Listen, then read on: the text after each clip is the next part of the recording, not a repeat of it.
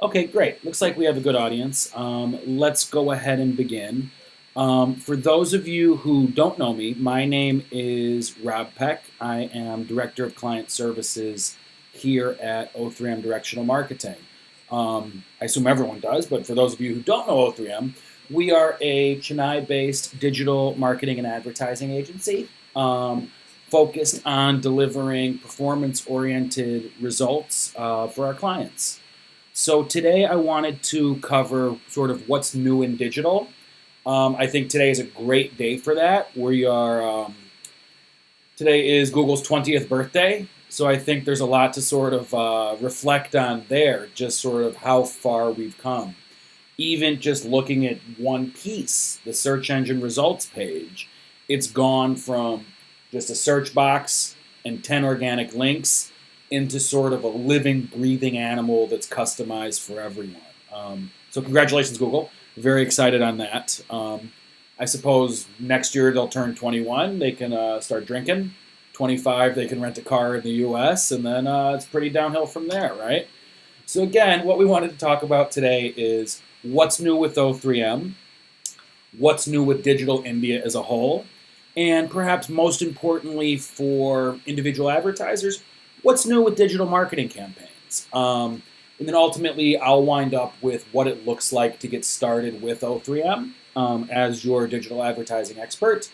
And then after that, I know we're going to have some breakout sessions where individual analysts will be contacting you to go over digital opportunities for your unique business, right? Let's see if we can get anyone on chat. I always like to try to make this interactive. So let's start with an easy one. What's the population of India? Let's give people a few seconds to reply. Any takers? All right, so I know, of course, we would go to Google. We would say, what is population of India? Of course.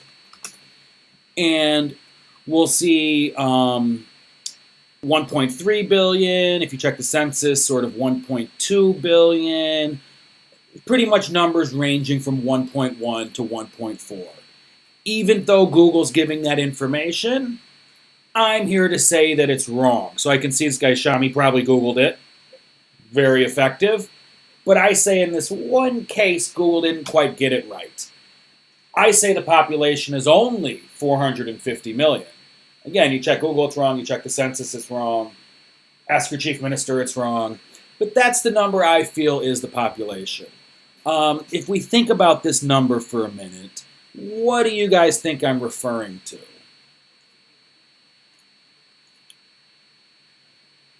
Exactly. The online population of India, right? That's what I'm talking about with 450 million. So in my case, as a digital marketer, as sort of a native internet user, as a foreigner, that 450 million is sort of the population that I can connect with. As a marketer, that's the population that I can get our brand, and more importantly, our clients' brands in front of, and create meaningful connections to get them to avail your product or service, right? And there's a lot of interesting things when we sort of dissect this number. First, you'll see where the growth is coming from. That's tremendously interesting to me. If we look at all the way back to 2009, essentially our internet population was pretty exclusively metro, pretty exclusively male, and even largely corporate connections, right? So things got interesting as the internet continued to boom in India. Obviously, this sort of almost a hockey puck growth trajectory is amazing, hockey stick. But even more impressive is where this growth is coming from. Internet growth in India is not still coming from our top 8 metros. It's coming from our rural brothers and sisters. It's coming from our towns. It's coming from our villages. And that's really exciting to me. As a marketer, these are people who might not have as much opportunity or wide range of selection of goods and services in their local market, right? So then if we can get our brands and businesses in front of them, they might really be hungry to try or buy or contact us to see what we do. Just sort of as a citizen of the world, I'm equally excited about this because I feel the internet provides information, and these people might need that information the most, right? Certainly, I sit in Chennai primarily. Um, Certainly, we have lots of good libraries, research facilities, shopping. We have our sort of luxury malls, our regular malls, our sort of local bazaars, and everything in between. So we have plenty of opportunity to find goods and services. Our rural folks might not have that. So it's really, number one, we're helping them. But number two, as marketers, if you can get your business in front of them now, you can really create a meaningful connection that could last for the years to come. We see this in other factors too. Here's an interesting one. If we consider where Google searches are coming from, even we're sort of zooming in on the years, 2017 to what it's going to look like in 2020. 2017, 60% of our searches are from tier one, metros and tier one. And then 2020, it's going to be about half from tier one, and then half from tier two and beyond. When we look at where the user growth is coming from, likewise, tier 2, 3, 4 is growing. And it's going to be about half of our internet users by 2020. And I think that's really exciting. And I think we all need to work together to leverage that opportunity as business people, but also help these people get online and get productive online. That's really what we need to do. When we talk about that growth, now we can sort of bring it back to our metros, our villages, our rural, or anywhere in between. One takeaway I want you to have from today is essentially internet marketing is no longer optional. In the old days, you really focus on your offline initiatives, and then maybe you do something on the internet, create the Facebook page, send an email blast to some list you found, maybe go for a YouTube video. But what I want to communicate today is it's no longer optional. Internet marketing is mandatory for businesses. I think this is a really interesting slide that speaks to that. What would YouTube, for example, look like if it were a TV channel?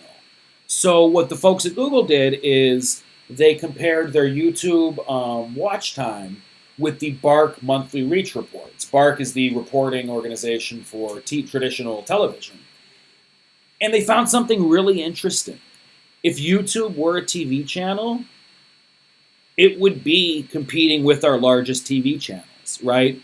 So if we consider 18 to 44 all India, YouTube is neck and neck with Star Plus.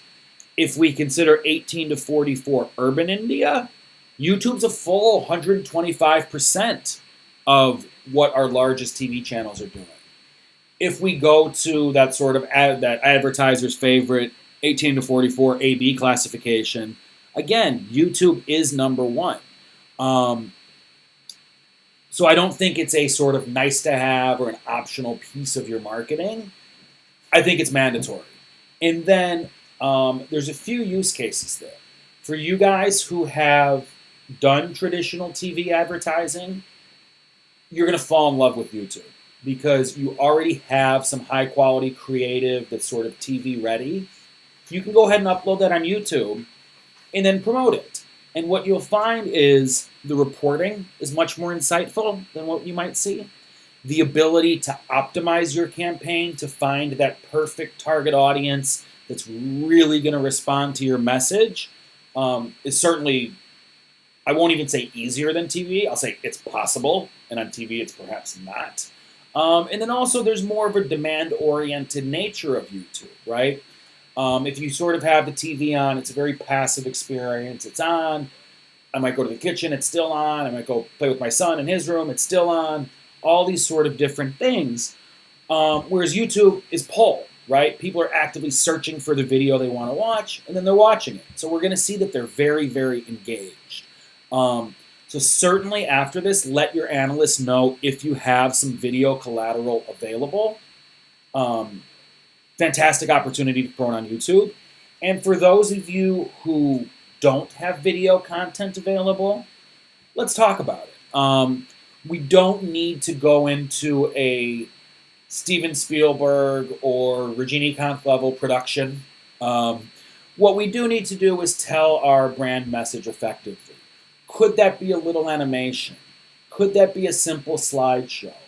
Could it be a very candid conversation? Should you be talking to your target customers like I'm talking to you now?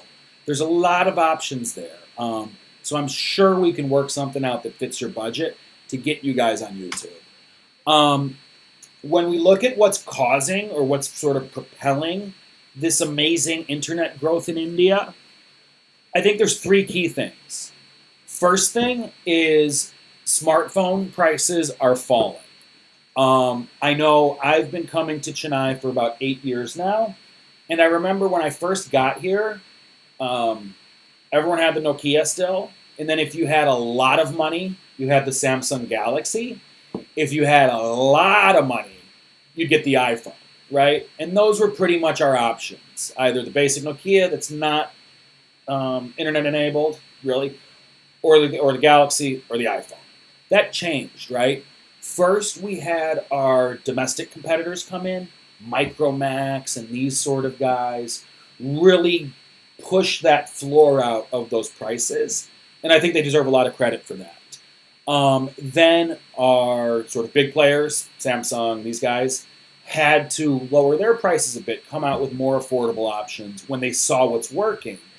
And then most recently, we all know what Xiaomi is doing, right? Xiaomi, Huawei, these Chinese brands have come in full force. And now you can get amazing devices at sort of that 15 to 20,000 rupee price point that was pretty unheard of in years past. So that's really exciting. But of course, a smartphone is not very smart if there's no data on it. I think we all know what happened there. Some fellows named Reliance Jio came along, and the price of data in India just dropped incredibly, right? Where now we sort of all have either a Jio phone or the hotspot in our pocket. The hotspot is something like 600 rupees for 3 months for reasonably fast data. That's crazy. And when you look at the numbers of the cost of a gigabyte of data, of mobile data, compared to GDP, India went from a top 3 most expensive data country to a top 2 cheapest, most affordable data country in a matter of 2 years. And to me, that is just incredible, right? So now we have smartphones, we have data that's affordable, that works for us. So what are we going to do? What are we doing on the internet now that we're connected with these great devices? Interestingly and very exciting, the trend is towards local language, mobile-first content, right? We all know India is a mobile-first society. In my case, I went from sort of, I was fortunate my father's a professor, so I'd go to the university when I was a kid, see the big computers. I'm not old enough to see punch cards, but close, right? So we had sort of the big mainframe types. Then we had the big desktops. Then I finally got the reasonable desktop in my room. And then a laptop, and then I got my smartphone, right? So my mind is sort of that big screen experience, and then the mobile phone, it can be a little difficult for me because I'm trained to have sort of the monitor, the keyboard, the mouse. India turns that on its head. Everybody has a smartphone. They're ubiquitous. Maybe you have a laptop. Probably don't have a desktop. And those bigger computers don't exist anymore, right? So mobile first, and we see that 80% of our YouTube watch time is from mobile devices.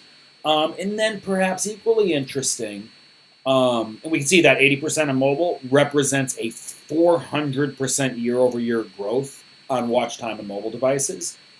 And then perhaps more interestingly, what people are watching is not English content. And I think India is very unique there. If you take a country, say Japan, people don't speak English, they don't really care about it, right? India isn't different because everyone speaks English, but it doesn't necessarily mean they like to, right? So certainly they can browse the web, they can search, they can visit your website, They can buy a health insurance plan. They can find a property, everything, right? In English. But it doesn't mean they want to. So when they have some downtime and they're looking for sort of entertainment content or research content to brush up on their craft, it's typically going to be in their mother tongue, in their local language. So as marketers, that's really exciting because it's wide open currently. You're going to be competing with fewer multinationals that aren't going to be interested in us enough or have the time, energy, or resources to develop Tamil content. And we can all leverage that opportunity together. And remember, there's also a responsibility there. These global companies are not going to build out the Tamil web or the Kannada web for you. That really is your responsibility, right? So, did you know there's a Tamil Wikipedia? There certainly is. It's growing. Can you add pages to it, right? How do you contribute? You know what I mean? Non-English internet is booming. How do you help people with that experience, right? And I know that's really an open-ended question. I don't have an answer for it. So what do these numbers look like? I know they've been very impressive so far. Data prices are falling, smartphone prices are falling, internet usage is booming. YouTube would be the number one TV channel if it were a TV channel. But we still have plenty of ways to go. Here's an interesting slide comparing what type of transaction percentage of internet users are doing. And we can see India's lagging across the board, right? E-commerce, only 1 in 5 of our internet users are making online or buying things, whereas the US, it's full 80%. China's sort of right in the middle there. When we look at our tours and travels folks, again, we're lagging, right? Digital media is probably the most pathetic one. I think there's several reasons for that. Some of that will require a cultural shift where people want to pay for content. Some of it is Tamil Rockers makes a compelling case for not paying for content. So I think this number will be low for some time, but we can work our way out of it, right? So ultimately, that's $100 billion opportunity if we can get there. And so sort of how does that happen? We know that our internet penetration continues to grow. We've seen those hockey stick graphs earlier in the presentation. The most interesting one to me is the maturing digital population. By 2020, 75% of our internet users would have been online for more than 2 years. And that's really important to me, or important to the internet. When you first sign up, you get your first phone, you get your geo hotspot, you're online for the first time, you're not immediately buying real estate, managing health insurance, and doing online banking. Of course not. You're starting very small, right? You're probably going to start with some YouTube, WhatsApp, little Facebook or Snapchat. And then over time, you get more comfortable and you grow, right? And that's a really exciting journey that I think we all see people in our own lives that are taking part in that maturing digital population. And I think it's really cool. My father-in-law, for example, he's living with us, helping with the baby. And it's really been amazing watching his digital journey where, he grew up pretty rural, not particularly educated, government school. But then, so when we first met, didn't really speak any English, didn't really read any English much. But then during the wedding, we bought him a Samsung, one of the cheaper ones, I think A9, something like that. And he just took to it. And then he is impressing me day over day, consuming a mix of Indian, Eastern, and Western entertainment. Now he's starting to actually shop. He's learned English purely on his own from getting to what he wants to watch on YouTube. And it's really an amazing journey. So I think it all capped off that he was making noise that he wanted a new phone. Yeah, we'll take you over the weekend. We'll take you on the weekend. This sneaky old man was able to catch the Mi Max on a flash sale on the Xiaomi website, book it COD, go to the bank and use an ATM and pay for it before we even knew what he was doing. And to me, that's the true evolution of digital India. The kids are going to take to the internet, of course. You put a tablet in their hand, they know what they're doing. But watching our seniors, our parents, our grandparents really succeed online, that's really amazing to me. Another thing that's going to help us is there's a tremendous amount of infrastructure investment going on with the internet in India.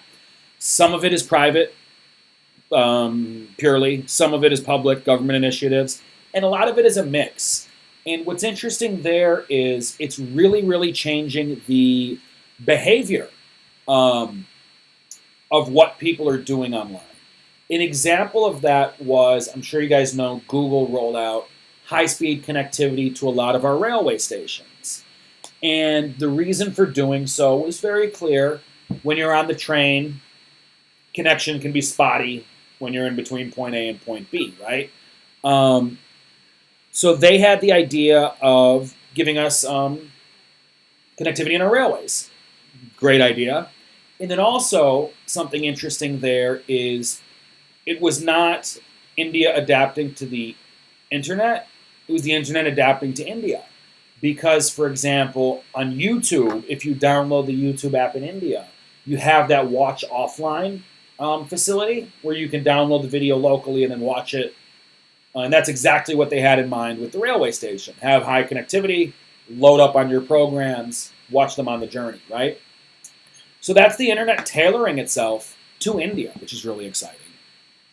But then India tailoring itself to the internet does happen. Those railway connections were not just for travelers. You started seeing the Central Rail Station becoming a hub for students, for business people, for everyone, where they could go there, follow the same process, download their study materials, or answer papers, or question papers, whatever it is, right? And then go home and do their studies. So it's really everyone working together to get high-speed connectivity in the hands of people who need it most, and it's really happening. So then to swing it back around sort of to digital marketing, I mentioned Google's 20th birthday, old Google, search for something, 10 links, all blue, there you go. Now we can see the search engine results page, or SERP as we call it, is a living, breathing animal, right? Where ads are tailored to the user experience, to their search intent, and all these sort of things. I know we have some people. Yeah, sure, one second.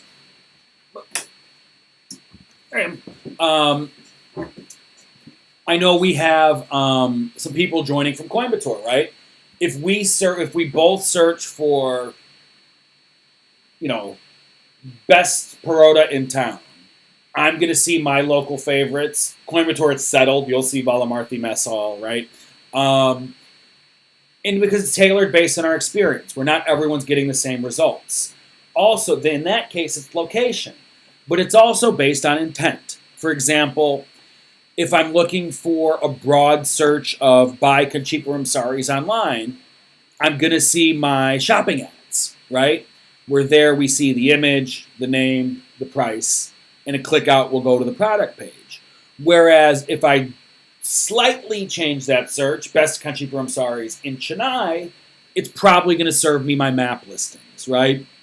And we can continue to see this. Our travel advertisers booking is now largely even happening within Google, and the transaction is near complete by the time they get to your website. Another one is app campaigns, and we're talking about the paid ads, app install ads, and call-only ads, right? In the old days, for our app user or our app promoters, you would essentially, on click, go to like a landing page on the website. Here's why you should download our app. It's great, blah, blah, blah. With this ad type, now you're sending them straight to the Play Store or the App Store, right? And even knows which device. So if an Android user clicks that ad, it's going to Google Play. If an iOS user clicks it, going to the App Store.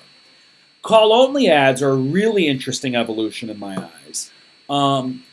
Some businesses don't do well with website leads, but we all know they need to be online, right?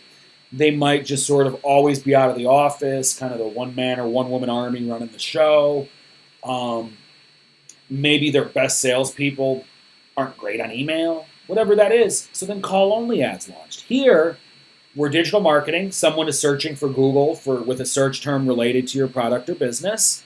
But then instead of visiting your website, you're going ahead and getting on click, they're calling you. And then you can sort of hopefully close the sale over the call.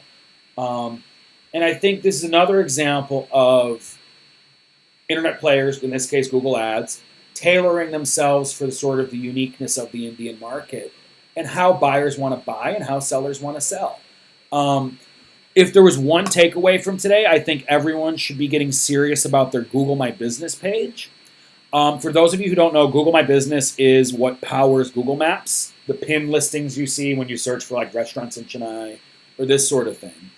And it's really undergone an evolution where now it can be very feature-rich with images and video, and you can even have these little posts here. And I'm really excited about those because it's sort of the one place on the search engine results page that you can push fresh content exactly the way you want it.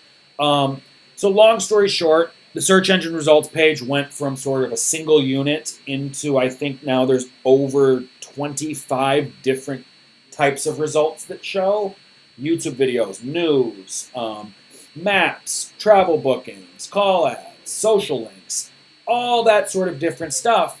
And then it's our duty to understand what your potential customer's journey is like, and then create those touch points on the search engine results page to make sure you're there.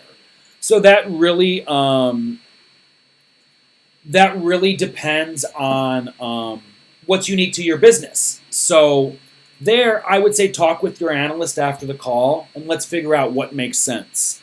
Got a question in chat. Can we advertise Google My Business page on a local level? Short answer is you can both market and advertise it, right? Of course, marketing would sort of maybe be organic. Advertising would be paid, right? So on the marketing side, what you're going to want to do is, number one, make sure our Google posts are staying fresh, and then work to generate positive reviews from your happy clients. I'd encourage you not to get into spam reviews or fake reviews. Google algorithm's pretty good about shutting those down. Instead, have it be part of your customer process, right? I think in restaurants we've started seeing that, right? Hate the food, tell the manager. Love the food, tell Google, right? That's something all of our businesses should be doing, right? So on the marketing side, use your pages and use your posts and work to get good reviews from happy customers. On the advertising side, your Google My Business listing is what's going to power your location extension within your search ads, right? So in this case, we can see it here, right? Someone searching for the Hilton Hotel is showing an ad. And here, instead of clicking to visit the website, if I click the address, it's going to open straight into Google Maps, right? So you can be marketing it. Make sure you build out your description. You're constantly uploading great images, video if you have it, and using your posts. Or that's certainly a service we can do for you. And then on the paid side, make sure it's accurate and consider using that as part of your paid search campaigns. I hinted at this. Next is going vernacular. I'm really excited about that.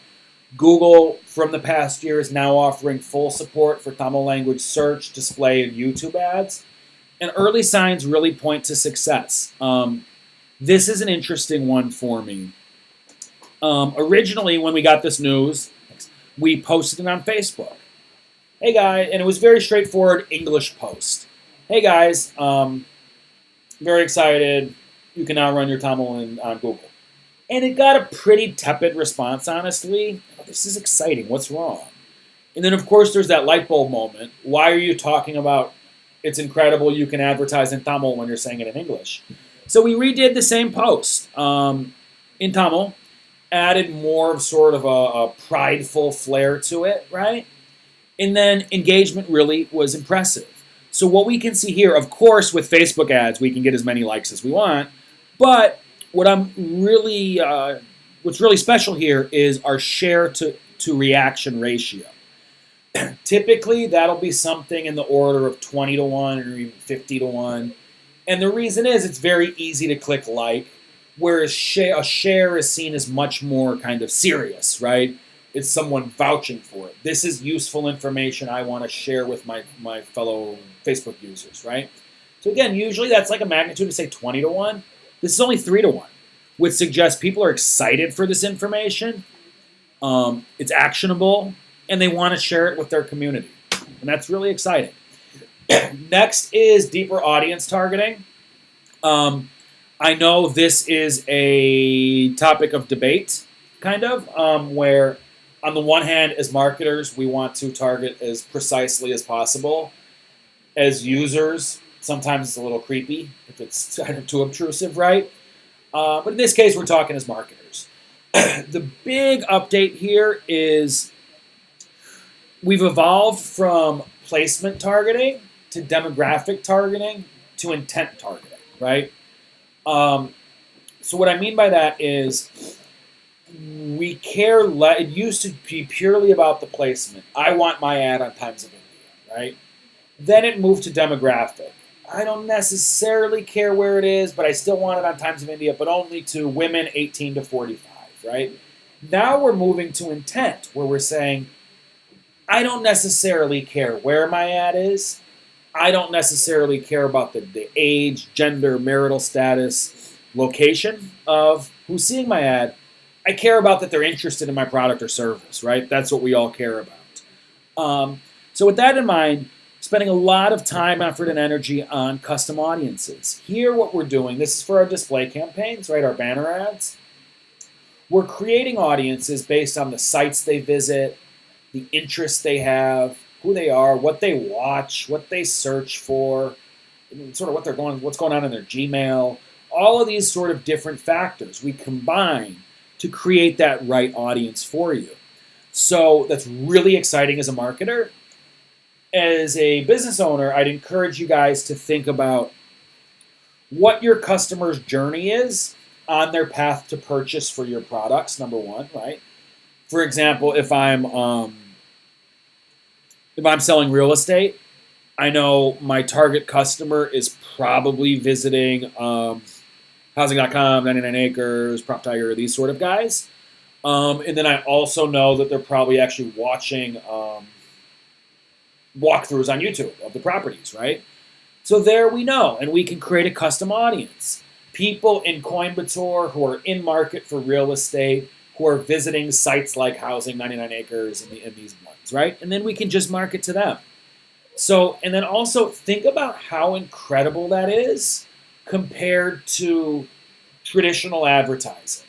For example, I know here in Chennai, one of the best hoarding, offline banner placements is above the toll road on OMR, right? That's a real hot advertising property. But you know what?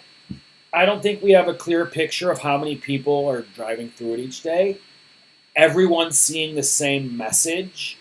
And we're just paying for that placement. We're not paying for any sort of engagement or anything like that. Think about how special if that same above the toll booth ad was digital. Think about how different that would be. Number one, we could know precisely how many people were eligible to see it, how many people actually looked at it, and how many people took action based on it, right? Not even that. We could also tailor the message that, back to the real estate example. 5 minutes from is very popular for real estate marketing, right? 5 minutes from the best school in town, 5 minutes from the hospital, 5 minutes from the pub, right? Problem is not everyone wants to be 5 minutes from the same thing, right? If I see an ad that says 5 minutes from the hospital, well, I'm pretty healthy. I don't care. Maybe if I saw it that said 5 minutes from the disco, I'm like, yeah, all right, I want to move there. However, the sort of grandfather buying the property, if he sees 5 minutes from the disco, he might get chased away, right? So only with digital can we create unique ads for unique audiences. So same in market for real estate, but then slice it further. So the old grandfather sees 5 minutes from the hospital, the parent sees 5 minutes from the best school, party guy sees 5 minutes from the city center, and whatever that is. So we can create some really cool audiences. And it's very helpful if from you guys we can get insights on your customer. Of course, we know we want them to buy your product.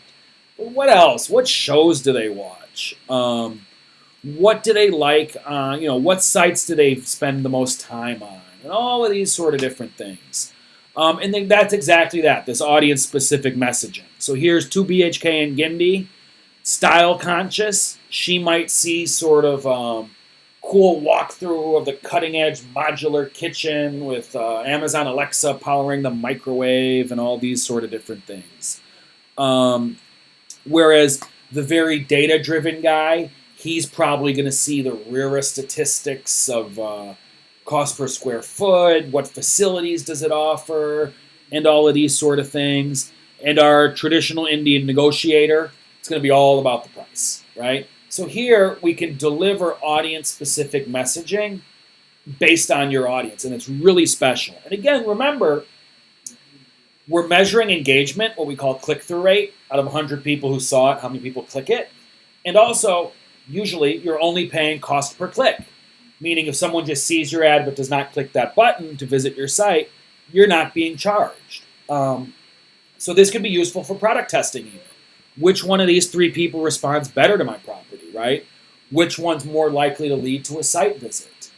And ultimately, this can go far beyond branding and lead generation into like helping determine the identity of the property itself. It's really exciting. Next is our YouTube bumper ads. I think humanity should be a little disappointed in ourselves for this one.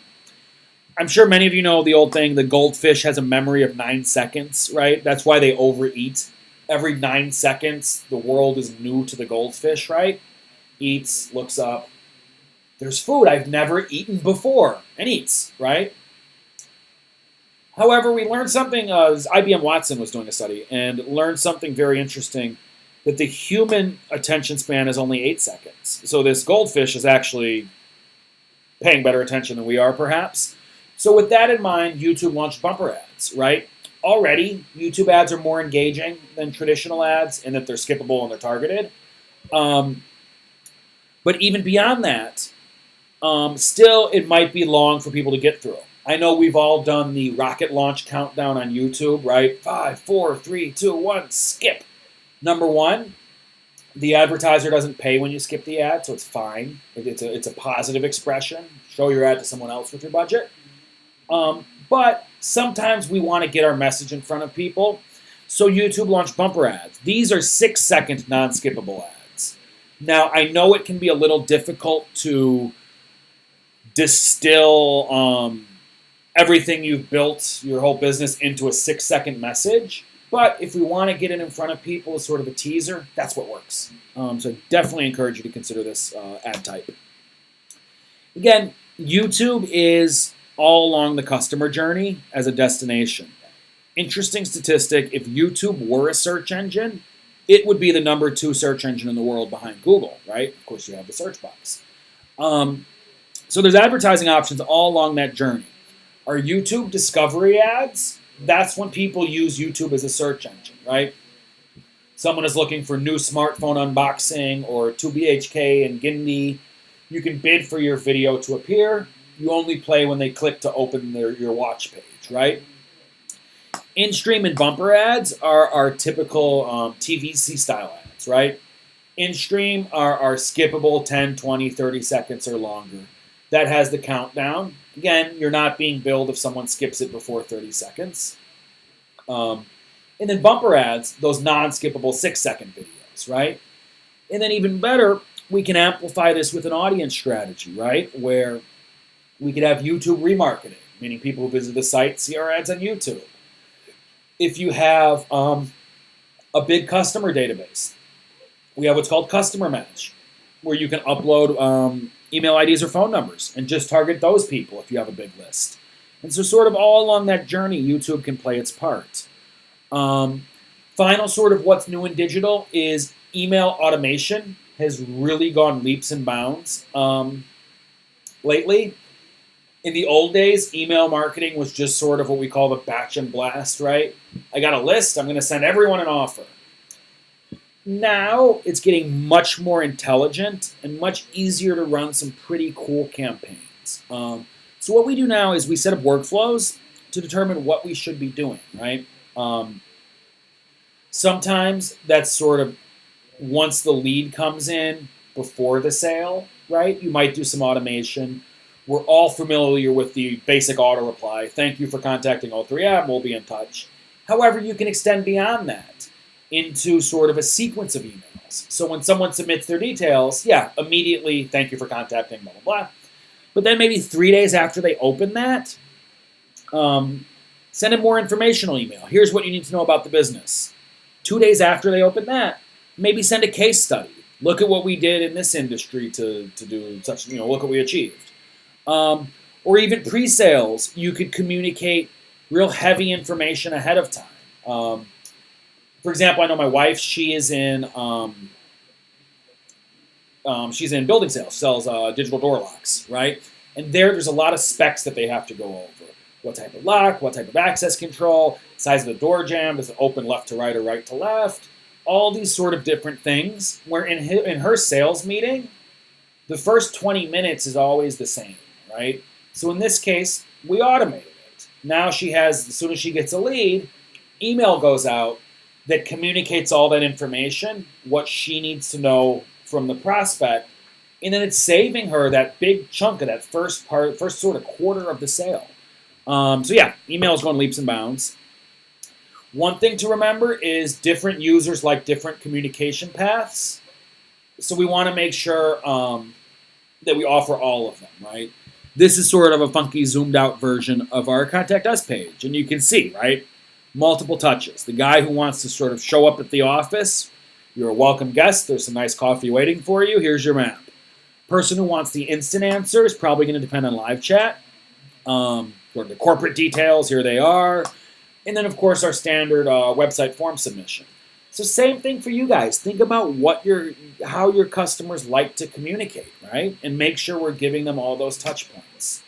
Another big update is we're going beyond direct conversions. So what I mean by that is in the past, most digital marketing only consider what we call last click conversion, meaning whatever got the visit to my website right before you filled out the form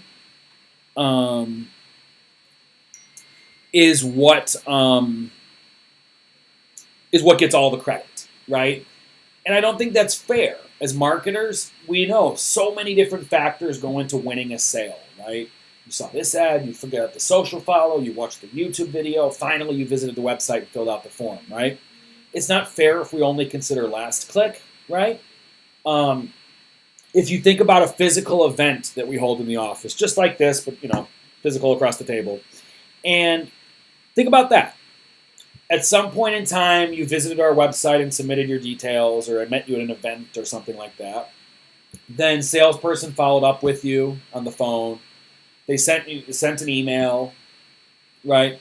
Sent you a reminder call the day of. Got in your car, clicked Google Maps to find the office, drove into the office, didn't know which building, so you asked the watchman, hey, how do you get to O3M?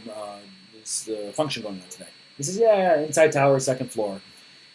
If we're considering last click attribution only, then the watchman would get 100% of the credit for the event, for the attendee attending the event. Obviously, that's a tremendously flawed model, right? If we hire 10 more watchmen, we will not have 10 times the people at our events. Instead, it was all that sort of stuff that made you attend, and then the watchman was just the last step, right?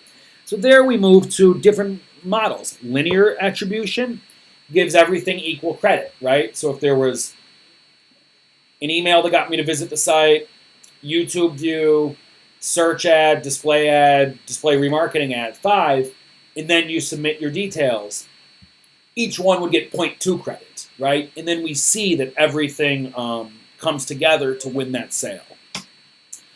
Finally, I'm going to sort of wind up here. Important to understand your customer's journey, right? If there's one sort of homework to give everyone, figure out those micro moments of real high consideration when a potential customer of yours is seeking information, ready to buy, ready to watch, ready to visit, ready to call, whatever that is, right?